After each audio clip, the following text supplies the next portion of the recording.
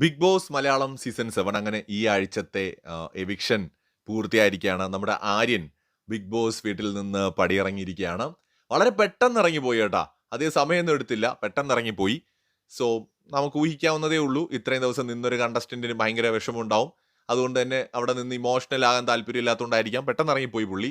പെട്ടെന്ന് എല്ലാവരുടെയും യാത്ര പറഞ്ഞങ്ങ് പോയി.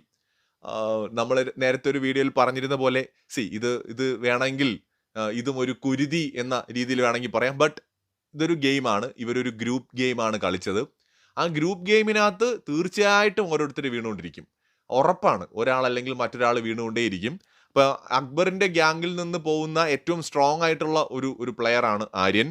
പലപ്പോഴും ഇൻഡിവിജ്വൽ ആയിട്ടൊക്കെ ആര്യൻ കളിച്ചിട്ടുണ്ടെങ്കിൽ കൂടി അതിനോടൊപ്പം തന്നെ പലപ്പോഴും ഗ്രൂപ്പുകളിലുമായിരുന്നു പുള്ളി. ആം, എന്താ പറയാ, ഈ സീസണിൽ ഫസ്റ്റ് ടാസ്ക് ജയിച്ച് വന്ന ഒരാളാണ് ആര്യൻ. ആദ്യമൊക്കെ ആർക്കും ഡ്രസ്സൊന്നും കിട്ടാതിരുന്നപ്പോഴും ബാഡ്ജ് ഉണ്ടായിരുന്നുകൊണ്ട് ഡ്രസ്സൊക്കെ കിട്ടി അങ്ങനെ ലാവിഷായിട്ട് നിന്നൊരാളാണ്. പക്ഷേ ടാസ്കുകളിലൊക്കെ നന്നായിട്ട് പെർഫോം ചെയ്തു എങ്കിലും എവിടെയോ പുള്ളിക്ക് ഒരു ഇൻഡിവിജ്വൽ ഗെയിം കൊണ്ടുവരുന്നതിന് പുള്ളിക്ക് കഴിയാതെ പോയി. ജിസേൽ കോംബോ പുള്ളിക്ക് ഭയങ്കര നെഗറ്റീവായിരുന്നു. അങ്ങനെ കുറേ കാര്യങ്ങൾ പറയാനാണെങ്കിൽ ഒരുപാടുണ്ട്. പക്ഷേ പേഴ്സണലി എനിക്ക് ഇഷ്ടമുണ്ടായിരുന്ന ഒരു കണ്ടസ്റ്റന്റ് ആണ്. അത് തുറന്നു പറയാൻ മടിയൊന്നുമില്ല. ചിലപ്പോൾ ആര്യനെ എല്ലാവർക്കും ഇഷ്ടമുണ്ടാകണമെന്നില്ല. ബട്ട് നെഗറ്റീവായിട്ടും ആര്യൻ കളിച്ചിട്ടുണ്ട്. പലപ്പോഴും പോസിറ്റീവായിട്ടും ഗെയിം കളിച്ചിട്ടുണ്ട്.